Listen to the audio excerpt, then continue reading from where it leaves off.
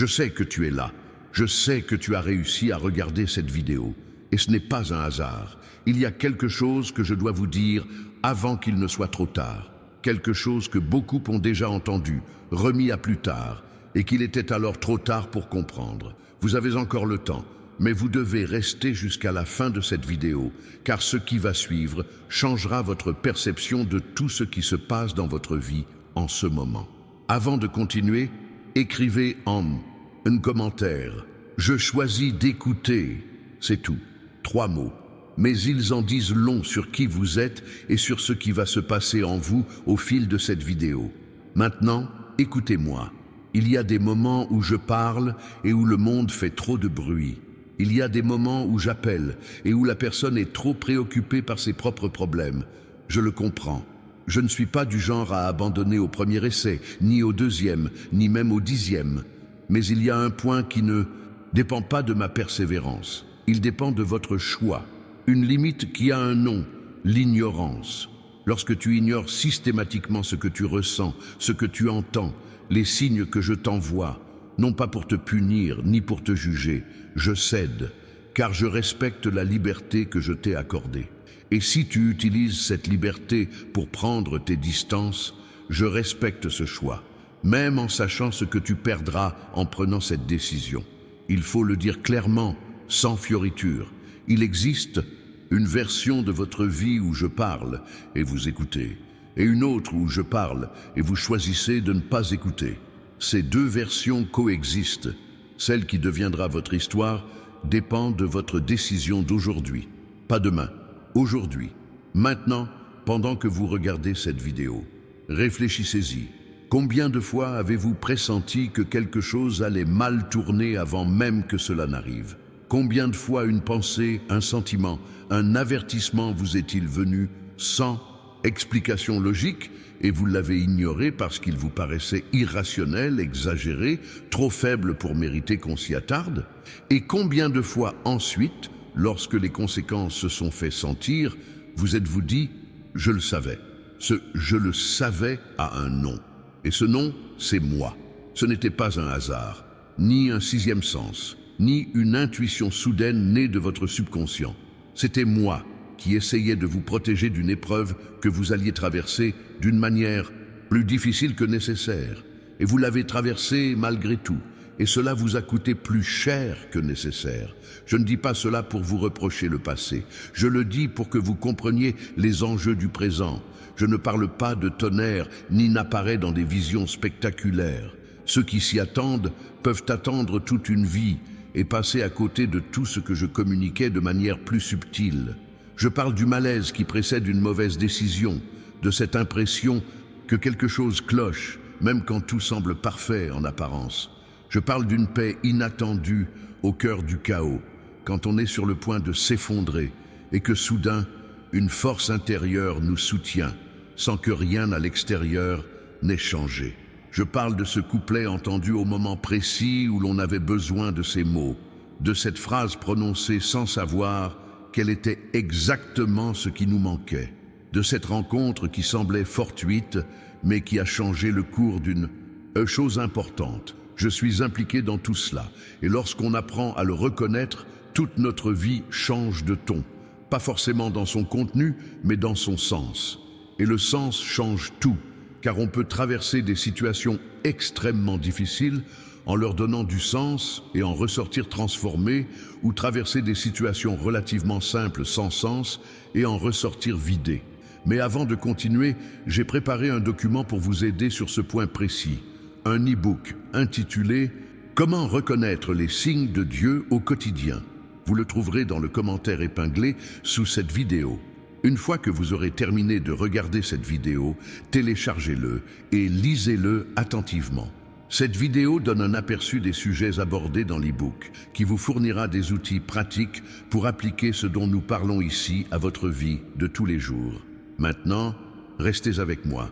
Le plus gros problème n'est pas que je ne parle pas.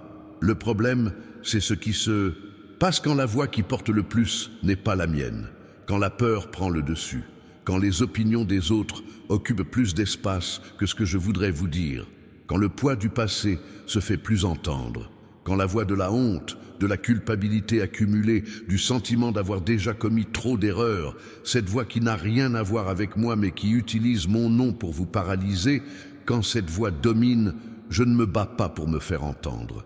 Je ne m'impose, et pas là où je ne suis pas désiré. Et puis, la vie se met à dérailler de façon inexplicable. Des décisions qui semblaient justes se transforment en erreurs. Des chemins qui paraissaient sûrs deviennent des impasses. Des personnes dignes de confiance se révèlent d'une manière à laquelle personne n'était préparé. Et l'on se demande où l'on a fauté, alors que la réponse est souvent simple. Tu es parti sans me consulter. Tu as agi sans attendre. Tu as suivi ce qui paraissait évident sans vérifier si c'était réel, si c'était mon choix, si c'était pour le moment. Je ne vous en veux pas. Le monde vous a appris à être rapide, à décider sur le champ, à ne pas hésiter, car l'hésitation paraît faible, incertaine, ou témoigne d'un manque de confiance en soi. Mais ceux qui me connaissent vraiment savent que je travaille à un rythme différent. Non par paresse ni par simple procrastination, mais par manque de timing. Et un mauvais timing compromet ce qui serait parfait au bon moment. Ceux qui apprennent à respecter mon rythme découvrent que ce qui paraissait si important et urgent était rarement ce qui comptait vraiment. Ce qui compte vraiment arrive rarement en criant. Cela arrive généralement doucement, régulièrement, avec persévérance, et ceux qui ont l'oreille exercée l'entendent. Maintenant, je vous invite à réfléchir à quelque chose de précis.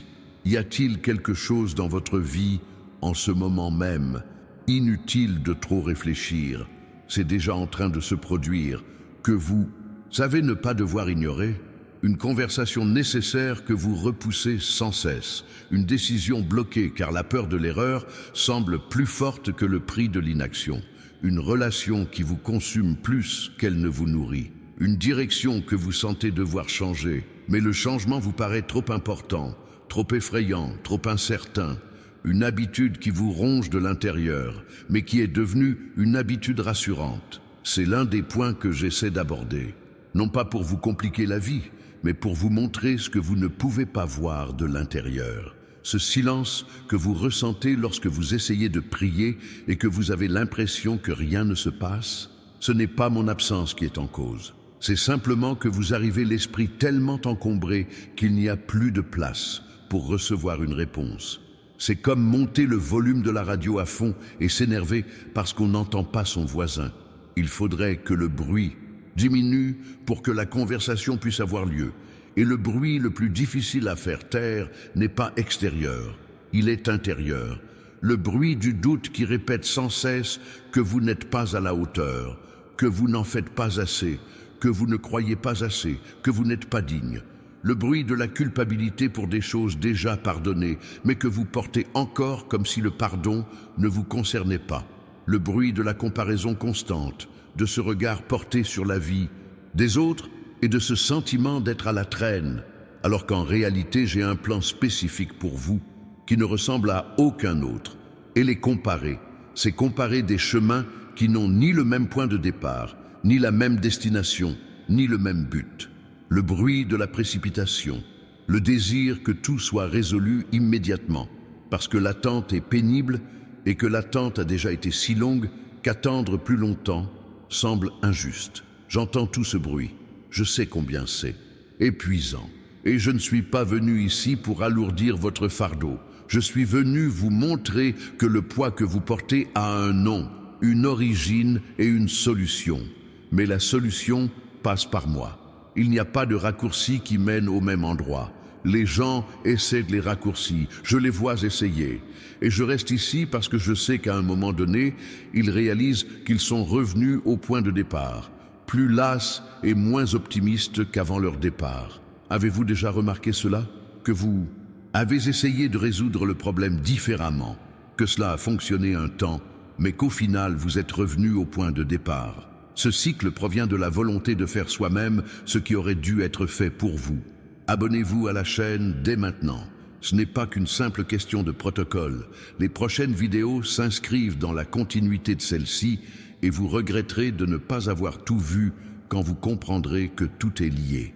permettez-moi maintenant de vous révéler quelque chose que la plupart des gens n'ont jamais entendu expliquer honnêtement sur ma façon de travailler.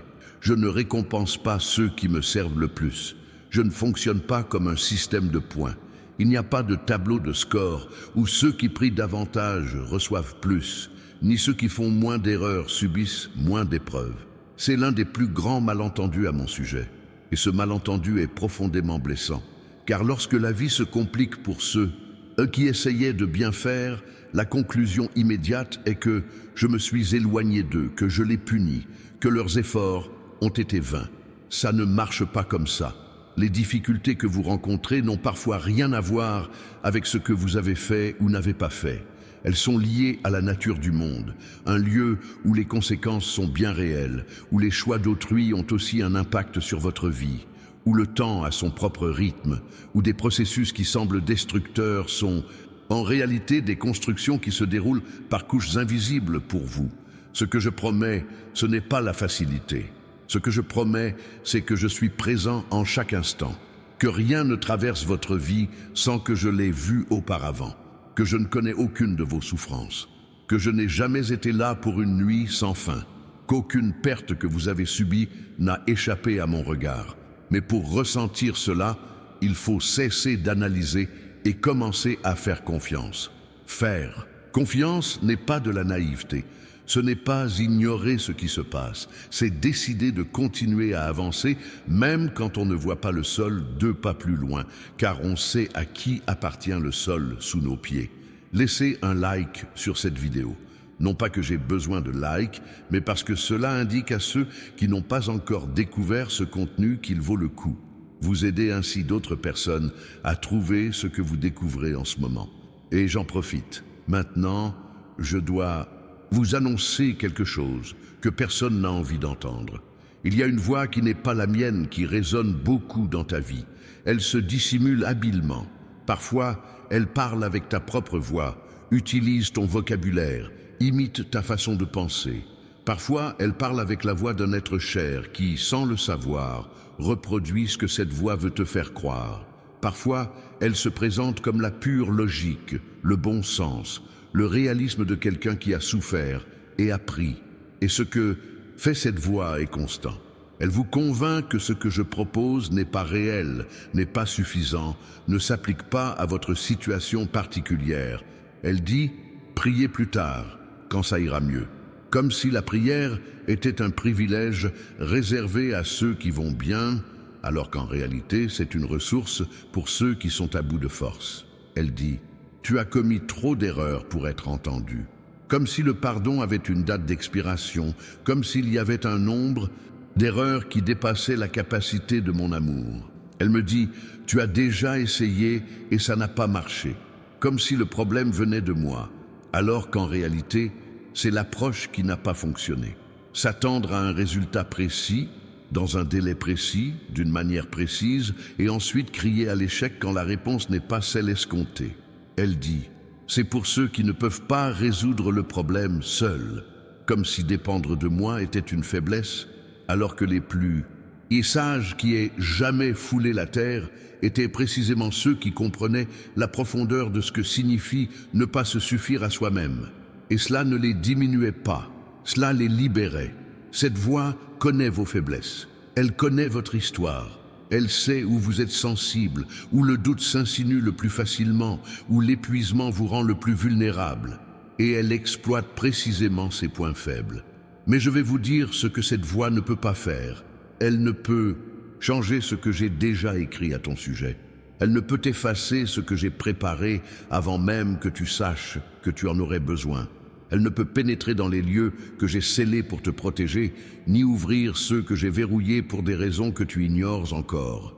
Elle peut retarder le processus, elle peut allonger le chemin, elle peut rendre la douleur plus vive qu'elle ne devrait l'être, mais elle ne peut annuler ce qui a été décidé pour toi avant même ta naissance. Ce qui a été décidé, c'est que tu comptes, que tu as une raison d'être qui n'est pas superficielle. Il ne s'agit pas de te faire sentir spécial parce que tu l'es.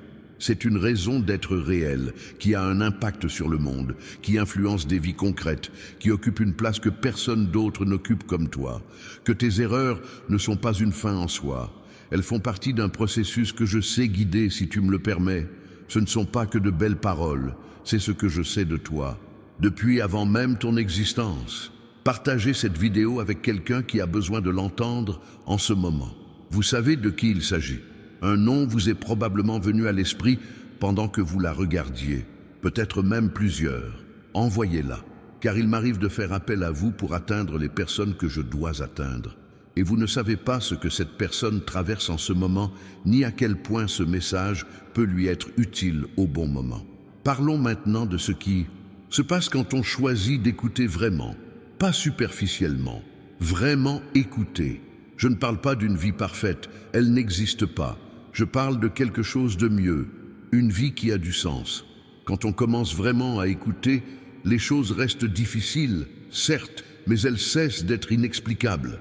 On commence à voir ce qui était caché, on commence à comprendre pourquoi certaines portes se sont fermées, des portes que vous avez passé des mois à essayer de rouvrir de force, à argumenter désespérément, alors qu'en réalité, je vous éloignais de quelque chose qui vous blesserait d'une manière que vous ne pouviez pas encore imaginer.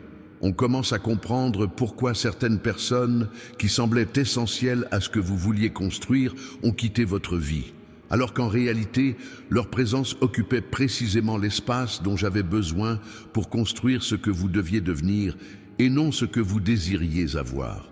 Ils commencent à comprendre que ce silence n'était pas un abandon, mais la protection de quelque chose qui n'était pas encore prêt. L'attente n'était pas un moyen d'oublier son existence.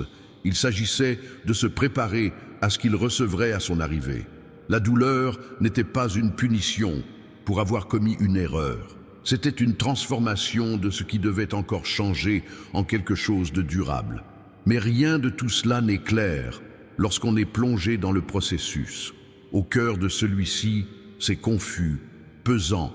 Parfois, cela semble totalement absurde et la logique de ce qui se passe semble inexistante. Et c'est précisément là, au milieu, dans l'endroit le plus sombre et le plus incertain, que le choix de faire confiance ou non détermine qui vous deviendrez une fois de l'autre côté.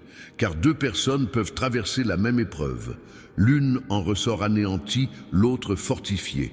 La différence ne réside pas dans la situation elle-même, mais dans la manière dont chacune a vécu ma présence durant cette épreuve. Ce que chacune a porté ensemble ou choisi de porter seule. Certaines personnes, lorsque la vie devient difficile, me rejettent. Elles prétendent que si j'existais, rien de tout cela ne se produirait. C'est l'un des pièges les plus courants. Utiliser la douleur comme preuve d'absence, alors qu'en réalité, la douleur est le terreau où j'agis le plus visiblement, où les choses les plus profondes se transforment, où ce qui était calcifié commence à se défaire. Non pas que j'aime la douleur, mais parce que c'est à la limite qu'un être humain cesse de faire semblant d'aller bien et commence à être honnête. On commence à en avoir véritablement besoin. On commence à lâcher prise sur le contrôle qu'on n'a jamais vraiment eu, mais qu'on s'obstinait à croire posséder. Et lorsque vous me lâcherez prise, je pourrai travailler avec la réalité et non avec la version que vous me présentiez. Ce que je vous demande, ce n'est pas une foi aveugle, mais une foi agissante. La foi de celui qui ne comprend pas tout, mais qui choisit de persévérer, car la confiance lui paraît plus sage que l'abandon. La foi de celui qui, face à la situation, se dit « Je ne sais pas comment cela se résoudra, je ne sais pas quand, je ne connais pas la méthode, mais je sais que je ne suis pas seul et cela change ma capacité à supporter cette épreuve. » Cette foi, aussi infime puisse-t-elle paraître à celui qui la possède, transforme des choses inimaginables. L'e-book, mentionné dans le commentaire épinglé, « Comment reconnaître les signes de Dieu au quotidien ?» a été conçu précisément pour vous aider à développer cette intuition. Il vous permettra de percevoir l'œuvre de Dieu même dans le silence. Procurez-vous-le vous. C'est un outil concret, pas seulement des paroles. Je voudrais maintenant parler du silence de Dieu, car beaucoup de gens viennent ici en portant précisément cette blessure. Il y a des gens qui ont prié pendant des années. qui ont fait ce qu'ils pensaient être juste, qui ont tout fait pour être au bon endroit, qui ont attendu le cœur ouvert, qui ont fait confiance malgré les risques, qui sont restés fermes alors que tout exigeait qu'ils baissent leur garde. Et la réponse n'est pas venue comme ils l'espéraient. Et cela a laissé une marque plus profonde que tout ce qu'ils ont connu auparavant. Car lorsqu'on confie son être le plus intime à quelqu'un et qu'on sent que cette confiance n'est pas réciproque, la douleur est différente de tout autre. Je sais que ça existe. Je ne vais pas faire semblant de l'ignorer, mais je dois vous dire ce qui se passe de mon côté pendant ces moments-là, ce que vous ne voyez pas quand vous êtes au cœur de la douleur et que vous regardez de l'extérieur. Si je ne réponds pas comme vous l'avez demandé, ce n'est pas parce que votre prière ne m'a pas touché. Tout me touche. Chaque mot, chaque larme, chaque nuit où vous avez essayé de me parler, la gorge serrée parce que vous n'arriviez même plus à pleurer, j'ai tout entendu. Je ne fais pas de distinction entre ce qui mérite d'être entendu et ce qui mérite d'être écouté. Je n'accorde aucune importance à qui a prié le plus ou le mieux. Quand vous parlez, j'écoute. Point final. Ce qui se passe ensuite, c'est que ce que vous avez demandé n'était pas toujours ce dont vous aviez besoin. Cette phrase peut paraître froide à première vue, mais réfléchissez-y concrètement. Vous est-il déjà arrivé de demander quelque chose, et avec le recul, d'être soulagé de ne pas l'avoir obtenu? Cela vous est-il déjà arrivé? Si vous êtes honnête avec vous-même, probablement oui, car votre demande est dictée par la situation elle-même, par la perspective que permettent la douleur et l'urgence. Je réponds, quant à moi, en ayant une vision d'ensemble, ce qui était, ce qui est et ce qui serait si chaque voie avait été empruntée. Parfois, ce que vous demandez, c'est une issue immédiate. Ce dont vous avez besoin, c'est de franchir le pas, car de l'autre côté se trouve quelque chose qui n'existe qu'après l'avoir vécu, et non pas simplement à l'extérieur. Parfois, ce que vous me demandez, c'est de vous débarrasser définitivement de cette personne. Ce dont vous avez besoin, c'est de comprendre ce que cette relation révèle de vous-même. Car sans cette compréhension, vous reproduirez le même schéma avec une personne totalement différente et vous vous demanderez comment cela a pu se reproduire. Parfois, ce que vous demandez, c'est la guérison, et je guéris. Mais parfois, la guérison semble lente, car je m'occupe de couches dont vous ignoriez même l'existence. Des couches qui, si je ne traite que le symptôme, se manifesteront différemment plus tard, à un moment où vous serez peut-être moins préparé à les affronter. Ce n'est pas de l'abandon, c'est une profonde bienveillance qui dépasse ce que le moment présent nous permet de voir. Priez avec moi maintenant, où que vous soyez. Nul besoin d'un endroit précis, de mots justes ou d'un moment parfait. Exprimez-vous. Simplement, du fond du cœur, comme vous le pouvez, je veux apprendre à écouter. Ouvre mes yeux à ce que j'ignore. Simple, mais sincère. Et écrivez en commentaire. J'écoute attentivement. Car celui ou celle qui écrit cela a regardé cette vidéo en y étant pleinement attentif, veut. Et celui ou celle qui regarde cette vidéo en étant pleinement attentif, veut, en ressort transformé.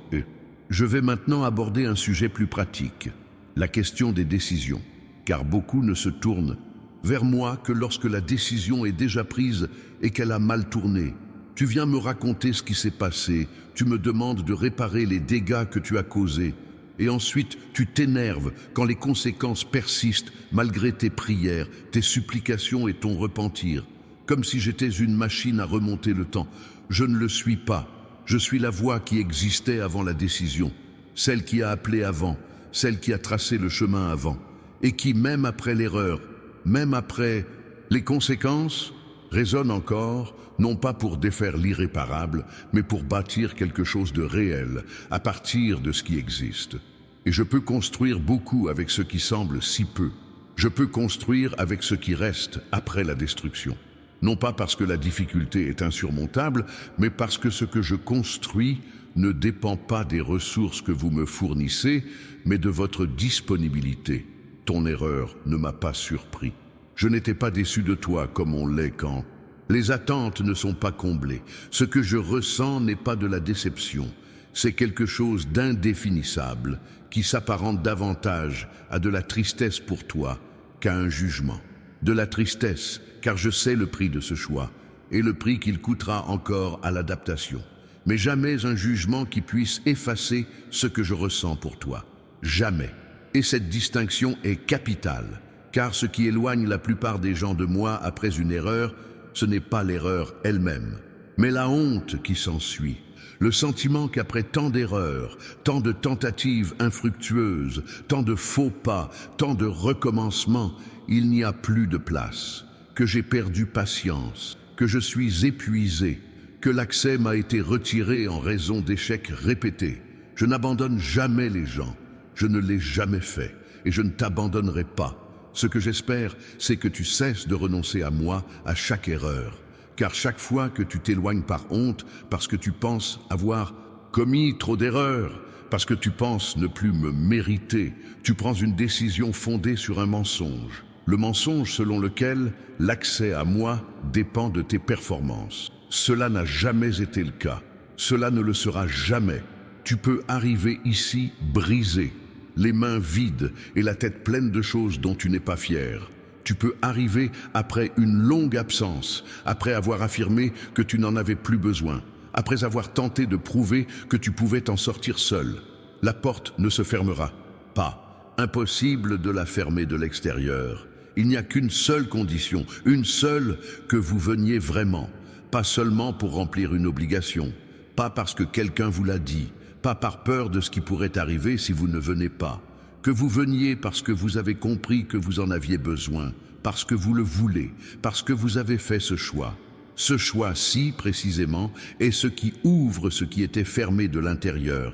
Et quand elle se manifeste, les mots manquent pour la décrire. Mais ceux qui l'ont vécu le savent, cette paix qui défie toute logique, incompatible avec la situation que l'on traverse, cette certitude au cœur de l'incertitude la plus totale, ce moment où les choses restent difficiles, mais où l'on sait que tout ira bien, non pas parce que la situation a changé, mais parce que l'on a changé. Quelque chose en soi a remis en place ce qui n'allait pas. Voici ce que je propose, non pas des solutions instantanées à des problèmes extérieurs, mais une véritable transformation de votre être profond. Et cette transformation, au fil du temps, modifie votre environnement. Je souhaite maintenant aborder un sujet dont peu de gens parlent honnêtement. Que se passe-t-il lorsqu'on perd la foi? Je ne parle pas du doute. Le doute est normal, il fait partie du processus. Il est même sain lorsqu'il nous pousse à chercher au lieu de nous paralyser.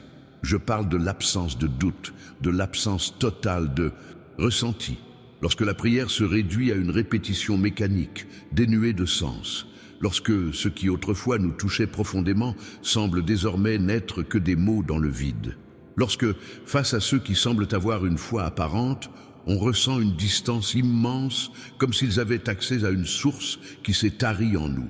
Cela arrive, et cela arrive même à des personnes qui m'aiment vraiment, qui désirent sincèrement cette connexion, qui n'ont pas choisi d'être ainsi.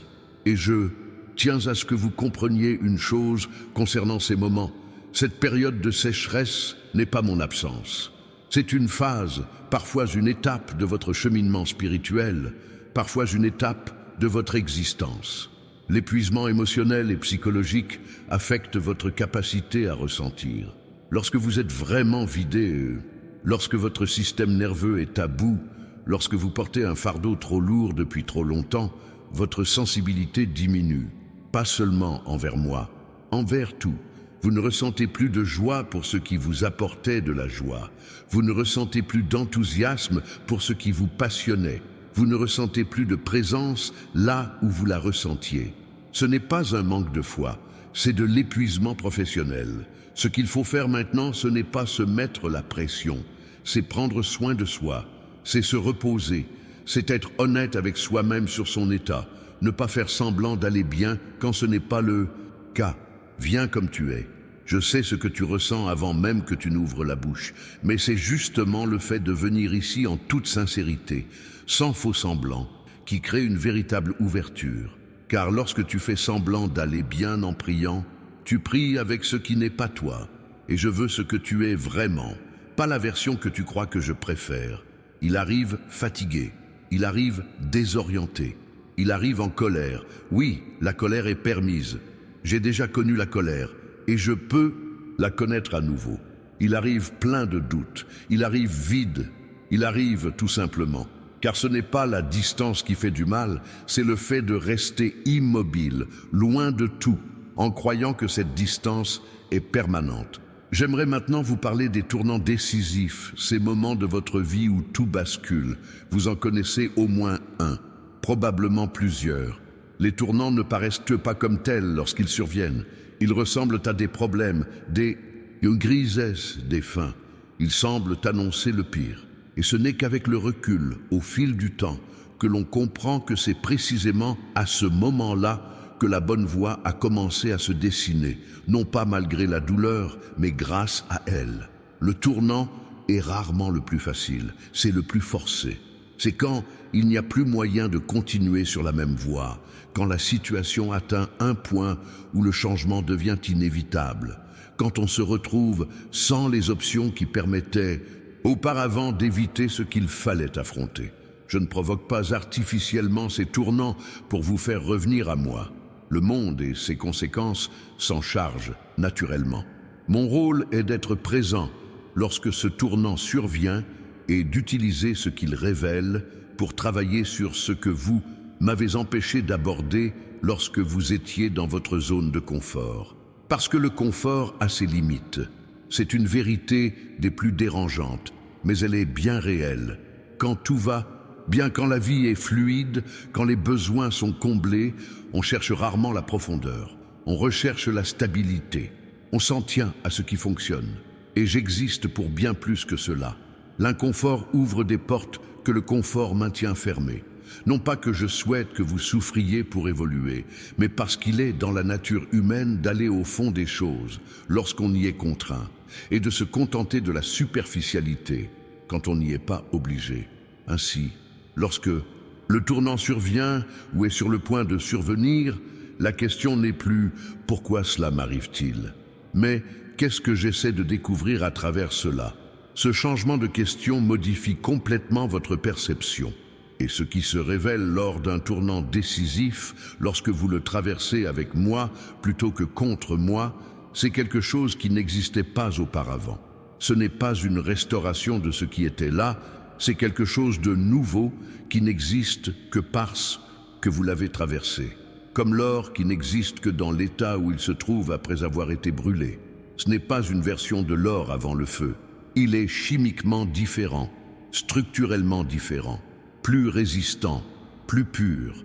Vous qui traversez une période difficile, l'autre côté existe. Et ce que vous serez de l'autre côté ne sera pas la même personne qu'avant, une fois la souffrance disparue. Ce sera la personne que vous serez devenu au fil de ce processus. Et cette différence entre retrouver ce qui était et se transformer en ce qui peut être est essentielle. Maintenant, je voudrais parler de la relation que vous entretenez avec vous-même, car cela affecte directement votre capacité à entendre ma voix. Certaines personnes entretiennent une relation destructrice avec elles-mêmes tout au long de leur vie, sans même s'en rendre compte. Elles se parlent d'une manière qu'elles ne toléreraient jamais de la part d'autrui. Elles se culpabilisent d'une façon qui, si elle était le fait de quelqu'un d'autre, serait qualifiée de maltraitance. Elles s'imposent constamment des exigences impossibles et, lorsqu'elles n'y parviennent pas, elles y voient la confirmation de leur insuffisance fondamentale. Cette relation vous empêche directement de recevoir ce que j'ai à vous offrir. Car ce que je dis de vous, que vous comptez, que vous avez de la valeur indépendamment de vos performances, que vous êtes aimé non pas pour vos mérites, mais pour ce que vous êtes, entre en un conflit avec l'image que vous avez de vous-même. Et lorsque mes paroles s'opposent à vos croyances, ce sont généralement les habitudes les plus ancrées qui l'emportent. La voix que vous avez intériorisée, celle de ceux qui vous ont rabaissé toute votre vie. La voix de l'échec répété qui a forgé votre identité. La voix de la comparaison incessante qui vous a toujours démoralisé. Ces voix se répètent depuis des décennies. Elles sont profondément enracinées.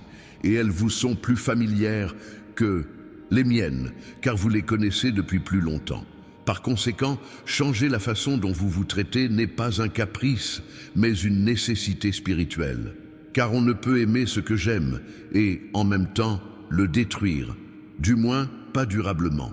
Commencez par de petites choses. Lorsque votre voix intérieure se fait entendre, demandez-vous d'où elle vient. Ne prenez pas pour argent comptant ce qui vous est familier. La familiarité n'est pas une preuve de vérité. Parfois, ce qui est le plus profondément ancré est précisément ce qui ment le plus. Et parlez-moi de ça. Évoquez les aspects de vous-même que vous rejetez, que vous cachez, dont vous avez honte.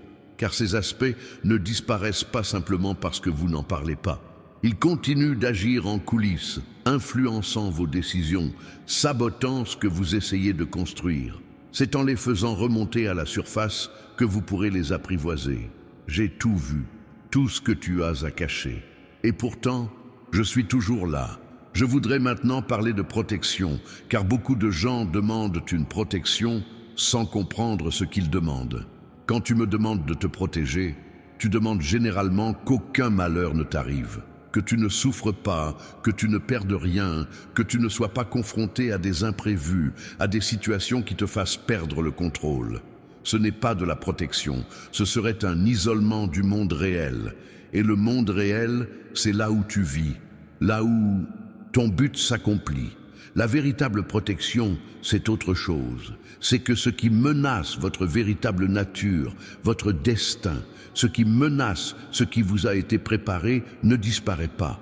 Non pas parce que vous ne souffrirez pas, mais parce que votre identité et ce qui a été écrit sur vous ne peuvent être détruits par les épreuves de la vie. Tu peux perdre des biens matériels, mais ton être demeure. Tu peux perdre des relations qui semblaient indissolubles, mais ce qui t'était destiné reste. Tu peux traverser des moments qui te paraissent être la fin de tout, mais ce que j'ai écrit sur ton histoire demeure. Non pas parce que la douleur est moins vive, mais parce que ce qui compte vraiment n'est pas à la merci de la souffrance. Voici la protection que j'offre. Non pas l'absence de difficulté, mais une présence qui garantit que la difficulté n'aura pas le dernier mot. Et lorsque vous comprenez cela véritablement, non pas comme une information, mais comme une certitude qui s'installe en vous, votre façon d'aborder l'avenir change du tout au tout. Vous cessez de paniquer face à ce qui semble menaçant, car vous savez que ce qui peut être menacé n'est pas essentiel. Ce qui est essentiel, qui vous êtes, ce qui a été écrit, ce qui est à venir, est à l'abri de toute destruction par les aléas de la vie. Voilà la foi mature. Ce n'est pas une foi qui garantit l'absence de souffrance. C'est une foi qui sait que la souffrance ne définit pas qui l'on est. Avant de poursuivre, partagez cette vidéo. Vous connaissez au moins une personne qui a besoin d'entendre exactement ce que vous avez entendu aujourd'hui. Vous ne savez peut-être pas quel passage précis lui conviendra le mieux. Une phrase différente de celle qui vous a touché, mais celle qui la touchera au bon endroit, au bon moment. Diffusez-la, car je me sers de vous pour atteindre ce que je dois atteindre, et cela a une valeur inestimable. Il y a une raison précise à votre découverte de cette vidéo. Ce que vous trouvez, ce qui capte votre attention, ce qui résonne en vous d'une manière inexplicable, n'est pas le fruit du hasard. Il y a toujours une direction, et une direction a une origine. Je mets devant toi ce que tu dois voir au moment où tu dois le voir. Pas quand tu le veux, pas quand ce serait le plus pratique, pas quand tu es prêt selon ta propre définition. Mais quand quelque chose en toi est suffisamment ouvert pour les recevoir, tu es suffisamment ouvert maintenant. C'est pourquoi tu es là. Et ce que j'ai à vous dire maintenant dans l'état où vous vous trouvez, c'est ceci. Ce que vous portez seul pèse plus lourd que nécessaire. Une partie de ce poids ne vous appartient pas. Vous l'avez hérité d'autres personnes. Il vous a été imposé sans que vous ayez le choix.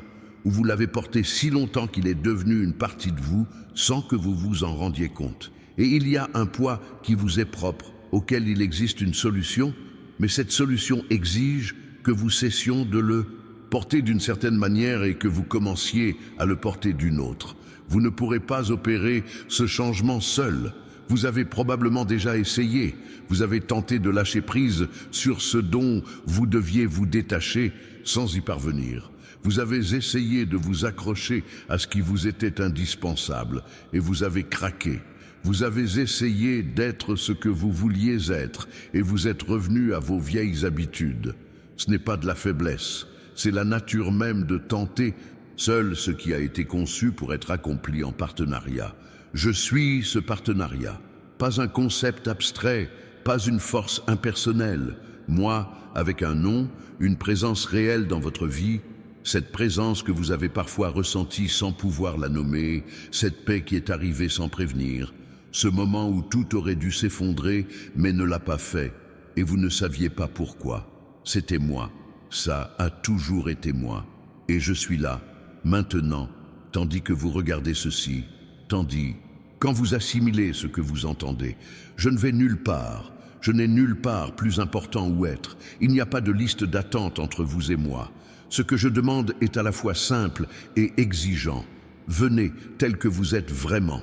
Pas la version de vous que vous pensez que je préfère. Venez tel que vous êtes, avec ce que vous avez, avec ce que vous n'avez pas, avec vos doutes, votre lassitude, votre histoire, l'espoir qui subsiste et celui qui s'est évanoui. Viens comme tu es et laisse-moi agir avec qui tu es et non avec qui tu prétends être. Parce que ce que je peux faire avec ce que vous êtes vraiment dépasse de loin tout ce que vous imaginez possible.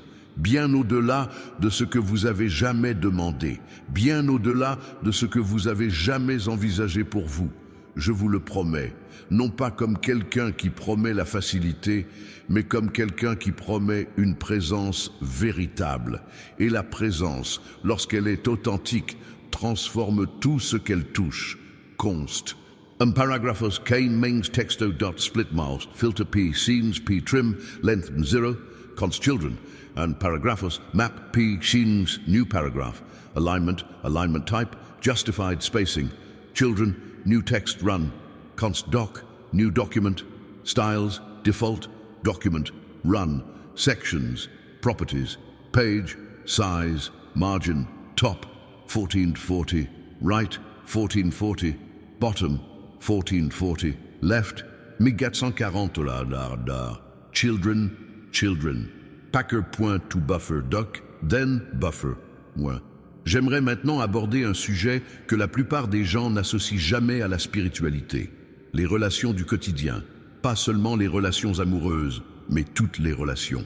Vos relations avec vos parents, vos enfants, si vous en avez, vos amis, chez qui vous avez séjourné, vos collègues qui vous mettent à l'épreuve, le voisin agaçant, le membre de la famille qui fait toujours la même chose quand vous le voyez. Ces relations ne sont pas le fruit du hasard. Chaque personne qui a croisé mon chemin ou qui y est encore présente est passée par mon filtre. Non pas que j'approuve tout ce qu'elle fait, mais sa présence a une raison d'être. Parfois cette raison est évidente. Cette personne vous aime, vous soutient, vous comprend vraiment. Parfois, la raison est plus dérangeante. Cette personne est là pour vous montrer ce qui reste à travailler en vous, vos réactions qui vous desservent encore, vos blessures non cicatrisées, vos schémas répétitifs, faute d'avoir tiré les leçons de vos erreurs. Quand quelqu'un vous irrite profondément, d'une manière qui semble disproportionnée par rapport à la situation, prêtez attention à cela. Généralement, ce que cette personne touche n'a rien à voir avec elle. Cela a trait à quelque chose de beaucoup plus ancien encore enfoui en vous qui ne demande qu'à être révélé. Quand quelqu'un vous a déçu d'une manière qui vous affecte encore, je ne dis pas que c'était de votre faute, ni que la douleur n'est pas réelle. Je dis simplement que la façon dont vous portez cette déception révèle ce qui reste à libérer. Et libérer, ce n'est pas faire comme si ça n'avait pas fait mal. C'est atteindre un stade où ce qui s'est passé n'a plus le pouvoir de définir votre approche de chaque nouvelle relation. Car lorsque vous transposez les déceptions accumulées de vos relations passées dans les nouvelles, vous n'êtes pas pleinement présent dans la nouvelle relation, mais dans l'ancienne, espérant que cela se reproduise, la protégeant de manière qui finissent par créer exactement ce que vous redoutiez. Ce comportement fermé que vous adoptez comme mécanisme de défense empêche les choses d'être différentes. Je ne vous demande pas d'être naïf. Le discernement est nécessaire. Mais il y a une différence entre un discernement sain, qui évalue la situation présente en fonction de ce que la personne montre actuellement, et une protection fondée sur la peur qui juge le présent à l'aune d'éléments du passé. Le premier ouvre ce qui peut être ouvert sans danger. Le second ferme tout par précaution. Et tout fermé par précaution a un coût que vous ressentirez avec le temps. Un isolement qui ne ressemble pas à de l'isolement parce que vous êtes entouré de monde, mais qui est bien réel et qu'aucun d'eux ne vous connaît vraiment, parce que vous ne leur en avez pas donné l'occasion. Apporte-moi ça aussi. Apporte-moi ce que tu n'as laissé personne voir, parce que je l'ai déjà vu et je n'ai pas détourné le regard. À présent, parlons de l'objectif, car c'est l'un des sujets qui génère le plus de confusion. Nombreux sont ceux qui passent des années à attendre la grande révélation de leur raison d'être. Ils attendent le moment où leur vie prendra tout son sens, où le chemin deviendra enfin évident, où ils auront la lucidité nécessaire pour franchir la prochaine étape sans crainte. Et ils restent immobiles, attendant cette lucidité, tandis que la vie défile devant leurs yeux. La finalité ne fonctionne pas ainsi. Le but n'est pas une destination que l'on reçoit, c'est quelque chose que l'on découvre en chemin. Chaque pas fait avec sincérité, même imparfait, même empreint de crainte, même sans certitude absolue, dévoile un peu plus ce qui se construit. On ne perçoit pas l'ensemble dès le départ, on le dessine au fur et à mesure. Et ce que vous découvrirez en marchant à mes côtés plutôt que seul, c'est que le but est rarement celui que vous imaginiez. Il est rarement grandiose, spectaculaire ou digne d'éloge. Il est constant. Il se manifeste lorsque personne ne vous regarde. Il s'agit de l'amour que vous témoignez malgré la fatigue. Il s'agit de l'honnêteté que vous conservez alors qu'il serait plus facile de céder. Il s'agit de la bienveillance que vous offrez sans rien attendre en retour. Ce sont là les fondements de notre raison d'être, invisibles individuellement. Mais accumulés, ils forment quelque chose qui a un poids réel dans le monde, dans les vies que vous avez influencées sans le savoir, dans les personnes que vous avez transformées en nous rencontrant, dans ces moments qui semblent insignifiants, mais qui ont eu un impact dont vous ne mesurerez jamais l'ampleur de votre vivant. Tu n'as pas besoin de connaître la taille.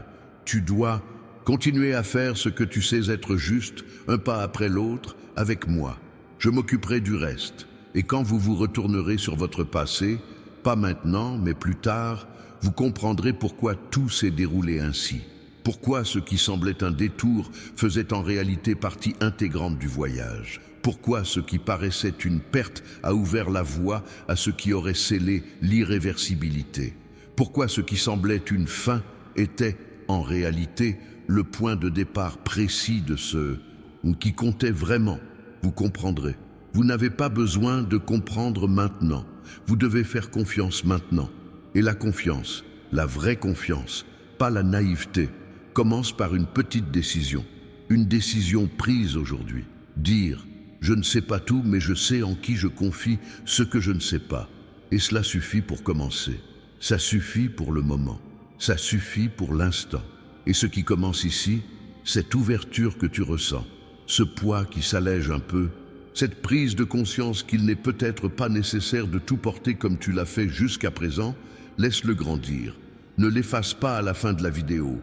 Ne retourne pas à ta situation initiale comme si de rien n'était. Garde-le en toi. Et quand tu auras besoin de revenir, je suis là, je l'ai toujours été.